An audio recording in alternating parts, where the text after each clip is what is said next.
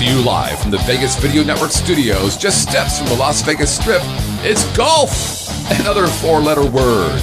And now your host, you've heard him on ESPN, Fox Sports, and Sirius XM Radio, Mr. Dennis Silvers. Whoa, thank you. Thank you very much. That's nice. That's nice to come back to. Just welcome everybody to this edition of Golf and Other Four-Letter Words. As mentioned, I'm your host, Dennis Silvers, and if you might remember, just got back from New York, and boy, my arms are tired. It's a stand-up joke, isn't it? Yeah, it's an old one. All right, it's an old one. All right, well, I'll tell you why. Let me introduce a friend of mine who's our very special guest tonight. You're going to really, really enjoy this gentleman. His name is Gary Caouette, and give it up for Gary. Thanks for having me. Gary has actually two jobs in life that are both very, very cool. He is currently the head golf professional out at Wild Horse Golf Club, which is in Henderson, of course, one of my favorite places. And he's also a professional stand-up comedian. Yeah, believe it or not. Now, I think you're the very first one, seriously, head golf professional, the only one I know that does stand-up comedy also for a living. Very cool. How long have you been doing comedy? About 15 years. Wow, okay. Yeah, quite a few years. So you know a lot of jokes. I do. And hopefully we're going to hear some from you tonight. Gary, I heard that you got into comedy primarily because of two different reasons. Number one, people said that your golf game was funnier than hell, and that your golf game was a joke, basically. Is that what motivated you Actually, in the comedy? I don't do any golf jokes in my comedy. You don't? I do nothing. I think because I take it serious. Well, you should take it serious. So it's kind of strange like that. It's not thought of, but I don't write jokes.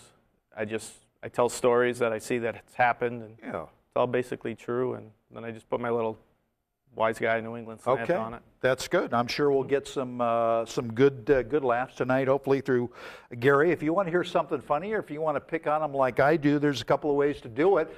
You could simply shoot us an email, and that is golf@vegasvideo.com. golf@vegasvideo.com. One other very cool thing. Vegas. Now that's it. I got jet lag. I've got jet lag coming back from New York. golf@vegasvideonetwork.com. Thank you very much. Also got live chat for you. So when you're online at vegasvideonetwork.com, hit that live chat button, and you could shoot Gary a question. You could shoot me a question, a comment, suggestion, or whatever. Also got a toll-free number for everybody, which is 866-966-4599. Doesn't cost you a dime. Call up. Let us hear from you. We would love to do it and love to hear from you very, very much. Also, right now, I'd like to welcome back somebody very special. You've heard about him on the show a few weeks ago. We'd like to welcome them back as a sponsor to Golf and Other Four-Letter Words. And I am talking about the great people out at Las Vegas Paiute Golf Resort. Let's give them a hand. They have absolutely, it's the only 54-hole facility in the Vegas Valley, number one. 3 absolutely terrific golf courses. They've got the newest, which is the Wolf Course. They have Snow Mountain, and they have Sun Mountain, which are the 2 older, the more traditional courses. I love them all. They're always in great shape. And you know what? Right now, we're in the throes of summer. It's hotter than hell outside. What if I tell you that you could go out to Las Vegas Paiute Golf Resort and play at about 2,800 feet? They call it 2,800 feet above stress. And you know what? You could cool down a little bit because, golf is hard enough. Makes you work hard enough anyway. 8 to 10 degrees cooler out there than it is in the rest of the Las Vegas Valley. 2,800 feet, beautiful surroundings, mountain, cooler degrees. Don't get better than that. Local number, 658-1400. They also have a toll-free number, which is 800-711-2833. So give them a call. They make it simple as falling off a log, making a tee time. Great people out at Las Vegas Paiute Golf Resort. We'll be talking a lot more about them in several weeks to come, and very, very happy to have them aboard. All right, the four-letter word for tonight is going to be joke. Okay, there it is. Why is it going to be joke? Well, I'll tell you, being that our guest is a comic, okay, we expect Gary to have a joke or two for us during the show, which I'm sure he will. Keeping within the theme of golf and other four-letter words, we like to joke around during the show to keep it light and airy. And finally, since I get referred to often as a joke, I guess it fits right in. Okay, so what are you going to say? But we're in for a lot of fun tonight, I guarantee you. All right, let's get going with our first segment. And for you new viewers that might not know what it is, we simply call it Tournament Scorecard.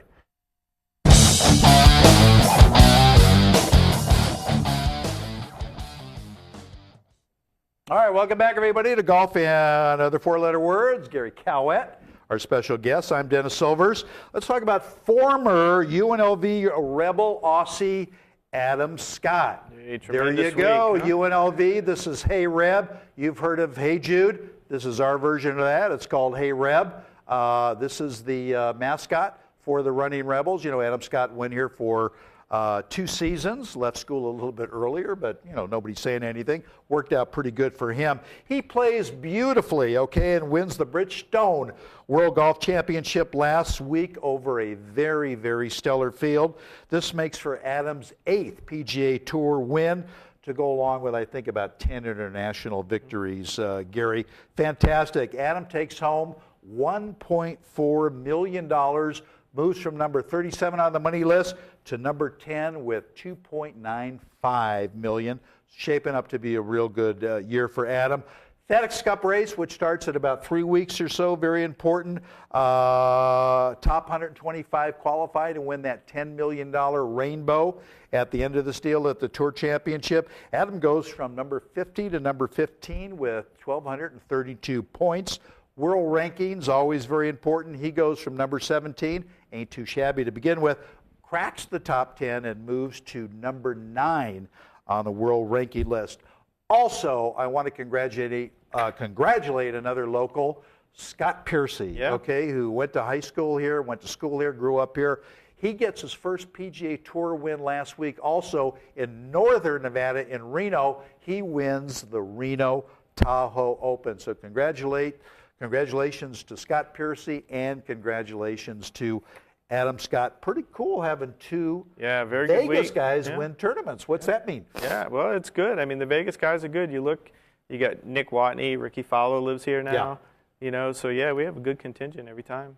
What does this do for it? Obviously, it's a considerable, and Adam's won, you know, the Tour Championships. He's won some big tournaments before, but winning the week before the PGA Championship, is it really a help or a hindrance, you think? I think it's got to be a help. The big thing for him is he can putt now. He always had the best swing, but now he can putt. He's using a long putter, and it's all putting. Yeah, I mean, he's very confident with it. Would you agree with me, and I've talked to this about a lot of other people, I've always considered, and I knew him, I used to follow him around during the practice rounds with Coach Knight when he was here, he was awesome. But I always considered Adam Scott, up to this point, somewhat of an underachiever. Do you agree with that, given the talent that he has? Yeah, but golf is so tough because, I mean, just look what's happening to Tiger right now. You know, there's so many other variables that can pop in. I think he's got a phenomenal swing. I think he was probably living the life a little bit. You know, he did the Hollywood thing. Yeah. And you can't blame the guy for that. He did it, and good for him. But I think he has kind of a sense of urgency, 31 years old, 32 years old. So now's the time he's got to get it done. Yeah, I agree, and that's a very good point that you make. And we'll talk. We'll get into this a little bit later in the show. But what do you think Stevie Williams is going to do for him? Tiger's former caddy is now looping for Adam Scott full time. What do you think that's going to? Well, I hope he doesn't become a distraction for him. I think he's strong-willed, and he's going to give Adam some confidence, because when he tells him something, Adam's going to believe him, obviously. But he doesn't need the distraction, you know, if there's going to be one. Yeah. And Stevie there could be a distraction. Yeah, there could be. Well, like I say, we're going to talk about that in our next segment called Birdies and Bogeys. But since what's the best part about stand-up comedy, Gary? Oh, I like just getting up there. It's a release for me. People that know me as a golfer can't believe I'm a comedian. People that know me as a comedian can't believe I'm a golfer. You know, it's just two different things. And they say, which one's the real you? And I go, they're both the real me. Same thing. Sometimes you're trying to hit it 300 yards. Sometimes you're trying to make a 6-inch putt. So it's really the same. I like getting up there. I'm not intimidated. I don't mind talking in front of people. I like making people laugh and kind of tell my stories and blow off steam. Yeah, that's great. That's great. And in your honor, before we go to break, I've got a little story for you. Did you hear about the golfer in South America who got shot yesterday? They said it was a hole-in-one. Okay, I didn't hear a rim shot on that. All right, with that, we're going to step away. We're going to take a short break, and when Gary and I come back, we're going to get into our second segment called Birdies and Bogeys. Yeah, there they come now, called Birdies and Bogeys. You're going to love it. We better get out of here. Stay with us. We're back with you right after this. Let me know when I'm live.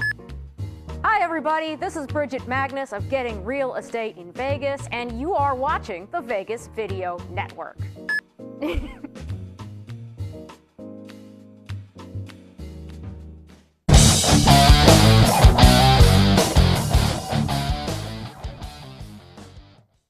All right, welcome back, everybody.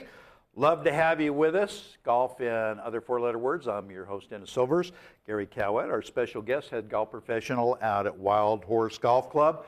This segment of Birdies and Bogeys is brought to you by the great people from Golfer's Guide.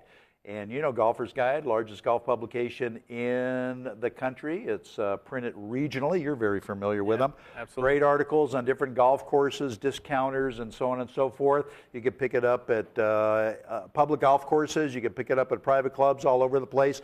They are very kind to stream our show on their homepage, as you can see on the screen right now. So if you want to find them, want more information about them, simply go to LasVegas.golfersguide.com. So we're very, very happy to have them sponsoring this segment of Birdies and Bogeys. All right, Gary, here we go. You tell me if it's a birdie or a bogey or a par or what you think about it. The official World Golf Ranking has announced two changes starting the beginning of next year. The first eliminates an advantage for players in limited field events, like the Tour Championship, in the beefed up number of points players can receive in events like that. And the second change helps players on both the South African Sunshine Tour and the Australasian Tour by offering new point categories for specific events that previously didn't award world ranking points. It gets a little complicated, but there's a lot of confusion with the ranking system for the world points and whatever. So what do you think about that? Think it's birdie, bogey? How do you see this? I think it's a bogey. I think you do. That's interesting. Yep, because I think limited field events, the reason a limited field is because they're the better players. It's harder to get into. So they should probably get more points. It's kind of like the Masters is basically a limited field event. Right. I think they should get more points. Well, because everybody has been complaining, especially the professionals, they don't understand how the ranking system itself works, but everybody's been complaining about it for so long that it is so skewed, and they needed some change. So I don't know. That's interesting that you said that. That's what I think. We're going to have to see how it goes. Yep. So like I say, it starts January 1st, and we'll see how it works out. But I think anything they could do to simplify it, because golfers are pretty simple people, that's going to help. The easiest thing, you want to get into those limited field events, all you got to do is win. All you got to do is win. That's true. So that's you true. Win, you're in. That's true. All right. Continuing fallout for Tiger Woods, watchmaker Tag Heuer has decided to part ways with Tiger, saying that the split was amicable, as confirmed by his agent, Mark Steinberg. But I got to tell you, Gary, I heard just the opposite. I heard when he went into the meeting, they wouldn't give him the time of day. Okay, huh? We got a comedian on the show. What do you think of that? Maybe he was late for the meeting. That's true. That's true. They told him get a time mix and get out. Yep. So I'll tell you, he's what's about his sixth or seventh sponsor? He's sponsor. He's losing major He has sponsors. lost, and I tell you, there's some serious rumors, Gary, that the guy's hurting for money. Believe it or not. Yeah, he's doing a Japanese cream rub or something. Yep. Yeah, I don't know about that. But I don't know. I don't know what to say. I mean, the guy's made a ton of money, and now he's losing sponsors, but he's not sellable. He's not personable on TV. He's kind of snip with people, and you got to be a likable guy. You got to be a likable guy, absolutely. I think it's a birdie for them, saving them money and all the grief and whatever. We'll see what happens. Millionaire golfer Rory McIlroy from Northern Ireland was fined about $165 U.S. by a Northern Ireland court for speeding. Okay, the judge asked his attorney, didn't know him apparently, is not a golfer, asked his attorney whether his client, referring to Rory McIlroy, needed more time to pay the fine. That's funny. And he was going about 30 in a 40-mile-an-hour zone. Mm-hmm. Birdie or bogey on the judge? Birdie. Birdie. You're going to fine him. Oh, you have to fine him. He was speeding. Yeah. So especially over there, they drive on the wrong side. Yeah, You're that's speeding true. and the wrong side, Yeah. and you're in trouble. Should be double the fine. Yeah. So his solicitor, I think they call him a solicitor over there, said, that's okay, Judge, I think my client can handle it. Sure. Not only will he pay the ticket, he's going to buy the courthouse and, the whole deal. So anyway. All right, last one. We talked about it. Stevie Williams got fired by Tiger Woods, and last week kind of vented on television, if you will, did a 8-minute interview with David Faraday and said all sorts of this stuff. A lot of the players didn't like it. He came out, admitted it was over the top. He apologized, whatever, but still there's some feelings going on. Birdie or bogey for Stevie Williams? Birdie. Birdie, okay. Birdie. He probably shouldn't have said what he said. However, he got fired. He got fired one of the best jobs a guy could have. And he was ticked about it. He was loyal, so he was ticked about it. And then all of a sudden, the media throws a camera in his face, and right at that moment, the emotions get the better of him. He just stuck it to his old employer. I mean, no one talks good about somebody that just fires him. That's true. That's true. He was venting a little bit. He was venting, and I think he realized it after, and that's what he's saying now. But But isn't there a good chance? I mean, actually, if I were to badmouth an old employer, that's a good way to get myself in a bunch of trouble. So is there a chance that he could have badmouthed Woods, and the other players are like, if he ever separates from the cat he's with now, he's toast. We're not going to deal with him again. Or is he so good at what he does that he can get away with a little bit of basically being a spoiled sport? Well, I think there's a lot of guys that can carry a bag around and tell you the yardage. But there's probably not a lot of guys that know all the courses and know all the intricacies. He does, absolutely. The Masters. You want to win the Masters? Probably the one everyone wants to win. It's the single one that you need to know that course. Right. And the first time you're there is the first time you're there. That's a good point. And I think Scott made an excellent question, and I think he would be able to get away with more than other guys because of his experience and because of his track record. So there you go. All right, well done. We're going to get into our third part of the show, which is a segment designed to help both you and to help me vis-a-vis Gary's expertise in the game of golf and the golf swing. So make sure you go to VegasVideoNetwork.com, hit that live chat, get your question in so he can help you, like he's going to help the people that sent us email questions earlier, and we call this Handicap Helper.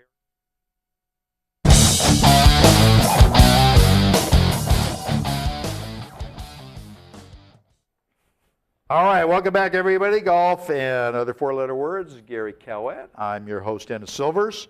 Hope you're enjoying the show because we're having a hell of a lot of fun doing it tonight. All right, Gary, we need some help from some people that emailed in earlier about different parts of the game. Dennis, no relationship that I know, wants some help in hitting off crushed rock, which seems to be prevalent on his home course. Yeah. How are you going to help him? Well, with the desert landscape, there's a lot of it now. Yeah. Water conservation. So the easiest thing to do, number one, get an old club, choke up on it, put it back in your stance, make sure you hit the ball first. Kind of a three-quarter swing. So you take more club, three-quarter swing, put it back in your stance, hit the ball first. It's the easiest way to do it. So you got to hit it clean. You got to hit it clean. You got to hit it clean. Yep. All right. Well, that makes sense, and that's why, especially if you live in Las Vegas, like you say, there's that's prevalent now in so many golf courses because of all the turf removal and because of the big water issue here. People say you need to carry a rock club, and they go, what's that all about? Yeah. So that is exactly the reason. All right, we have another one, but before that, Scott, we got somebody on live chat. We do. Bill wants to know, speaking of Tiger, what does this guy have to do to get back to his previous level? I mean, do you think it's a mental thing? Is it a physical thing? What do you think he's got to do? Because he used to be pretty damn good. Yeah, well, they tell you, like psychologists will tell you, if you're going to get divorced, you don't want to quit smoking, you don't want to change your job. You're going to change your job, you don't want to get divorced, you don't want to quit smoking. He kind of did all of those things. You know, now he's getting rid of his employees too, and it's tough. Personally, I think it's putting, and I don't think he should be messing with his swing. I think his swing is pretty good. I think the injuries may or may not have been as severe as we thought. Look what he did at the U.S. Open when he had a busted leg. Yeah, now he's got a bad knee, and he's just pushing it right. He's not making the putts that he used to make. To me, that's bottom line. And he started with one putter on Thursday, finished with a different putter on Sunday. So it's in his head, and it's. Yeah, it's in his head, and with everything he's got going on in his life, not only with his golf game, but personally and finances, I guess, and so on. It's just so hard for anybody, to really knuckle down for 4 good rounds in any tournament, let alone a major. So it's going to be interesting. All right, Barry would like to know if at address your hand should be hanging low or more even with your arms. I think your hand should be directly below your chin. Okay. So depending on the amount of tilt you have in your back, you drop your hands down and the length of the club, your hand should be directly below your chin. Okay. All right. And I think what he means probably by more even with his arms, I think he probably means more like this. I see people do this, and then I see people too close. Position. Yeah. If you're too close, then you got to kind of go around your legs both ways, and if you're like this, well, now you're just going to bring it outside and come back again. All right, so remember that, Barry. That's good information. Scott, somebody on live chat. Yes, sir. Nate wants to know, who is the next American golfer that we should all be keeping an eye on? Somebody who's emerging as being somebody to contender. I think that's real simple. I think it's Dustin Johnson and Nick Watney. Yeah, Dustin, I mean, he's had close calls in majors. He hits the ball farther than anybody. Once he gets his touch around the green a little bit more experience, he's going to be the. Yeah, I agree with you. He's a guy I bet to win this week at the PGA because he's been a bridesmaid. I had Ricky Fowler 2 weeks in a row, and he comes in second place. Another good one. He's another good one. All right, Ralph writes in and says that he is primarily an arm swinger and wants to know what he can do to get away from that. Turn your shoulders. Keep your hands in front of your chest. Turn your shoulders. That's pretty much it. You watch the best swingers on TV. Their shoulders pivot, and once their shoulders pivot, the arms just kind of follow. They put this arm across their chest and then just whip the arms in front of the chest. Yeah. I'll tell you another. I always thought the best swinger on TV was Tiger. That's when he was here. He was here in Vegas. That's when he was here in Vegas. All right. Gary needs a good drill to help him get out of the habit of taking his club back too far to the inside. And you know what, Gary? You are not alone. There's so many people that do that. That's a great question, Gary. You can use styrofoam cups. I was doing one the other day because I'll tend to come outside in. But you put a styrofoam cup on the inside, maybe 6 inches back from where your club is, and you want to bring it. So now you got to bring it outside. Right. You're not going to damage the club. You can swing regular, and you certainly see if you're going to spill it. Okay. And do you have to have anything in it or empty styrofoam? It depends. Just don't do it on a windy day. Yeah. Okay. All right. Another live chat, Scott. Bill's got a good one here. You talked previously, this was I think a couple weeks ago, about a loose grip. Can you give me some guidance on how to achieve that without throwing the club across the tee? That is good. That is good. Yeah, I've heard people say you want to hold it like you were holding an egg. You want the grip firm enough. When it gets too tight, then you're flexing your arms, and once you flex your arms, then they're going to be tight. So you need your arms loose. So you basically just barely hold it tight enough. I think you want to put pressure with these 3 fingers on the top hand and these 2 fingers of the other hand. And you should be able to take practice swings with your fingers like that. Mm-hmm. And if you can do that, that's tight enough. And it's going to naturally tighten, isn't it, on the downswing? It shouldn't. It shouldn't. It shouldn't. It shouldn't. No. Okay. See, I used to teach Taekwondo. In Taekwondo, when you threw a punch, you were relaxed and then you tried to tighten because you were hitting something. Okay. It was kind of difficult when I started playing golf because I'd want to swing and then tighten up at the ball. And I'm trying to get just fluid and relaxed through the ball. Okay. So how can I do a practice swing so good and get all the velocity, and then when I get up to the ball, I try to hit it? Because it's all about speed, and like we keep saying, tension is the biggest killer, I think, in the golf swing. That's I didn't know that about Taekwondo. Can you relate, something? How tight is tight enough? Just so the club doesn't slip out of your hand. But if I can hold it so it doesn't slip out of my hand. But if I swing it, that thing's going to go across the tee. So I mean, is there something that I can relate to that I could grab onto, like a microphone or a bicycle handle or something that's a similar? Well, if you play tennis, and same type of thing. You don't want to, if you squeeze the racket too tight, your swing's going to be slow. Pretty much that's it. I just kind of grab it comfortable. You don't want to squeeze it. You don't want to white knuckle it at all. Yeah. If you're wearing out your glove, it's too tight. Probably too tight. You got to work on that though, because that's not you got to work on that. Jennifer's having trouble with wet sand. Join the club, Jennifer. With wet sand in the bunkers, what's the proper technique to use getting out of a bunker when you got wet sand? Yeah, it really that's tough. It really depends on how much sand there is.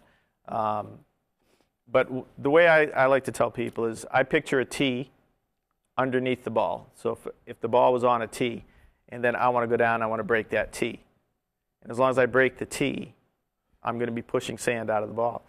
Now, the further down I have to go depends on how tight the sand is or how loose the sand is. And they're all different. I played a different course this past Saturday, and it was almost like crushed shell. So it was much more fluffy than what we have at my course. My course, I can come right out of it. I go right behind the ball real close because it's kind of tight. So I come in kind of close and steep, and I get it out. I did that there, and I just went right down into the shell. So it was softer. Yeah, that's good advice. Speaking of sand, Gary, did you hear about the golfer that spent so much damn time in the sand he was getting mail addressed to Hitler? In the bunker? I blew that. He was spending a lot of time in the bunker. I blew that. Saddam. Saddam. Right? You should have said Saddam. I still got jet lag, folks. I'm sorry. Hitler, I think time in the bunker, he was getting mail addressed to Hitler. Oh, boy, I got to tell you. Anyway. You could have saved it. You could have saved it with Saddam. With Saddam. So much time in the sand. All right. That setup's hard, isn't it, Dennis? that is. Saving it for, You got a little cute little story for us before we leave? Sure. Something clean, obviously. It's a family show. Oh boy, let me think. Yeah, it was kind of neat. I was playing with a couple of older guys. I had a day off, and I went out and I was playing with these older guys. And we're out there in the first tee, and the guy swings, and I heard, psh. I didn't know what it was. Right, just. Psh. We get up to the second shot. Then he's putting. Psh. Then his buddy says, I think you got to change. The guy had gas, and he was so old, everything he did physically made him rip. Really? Yes, and that's what it was. Psh, psh. I'm like, are you kidding me? I'll walk. I walked. You got that right. I did. I walked. Gosh. I couldn't believe it.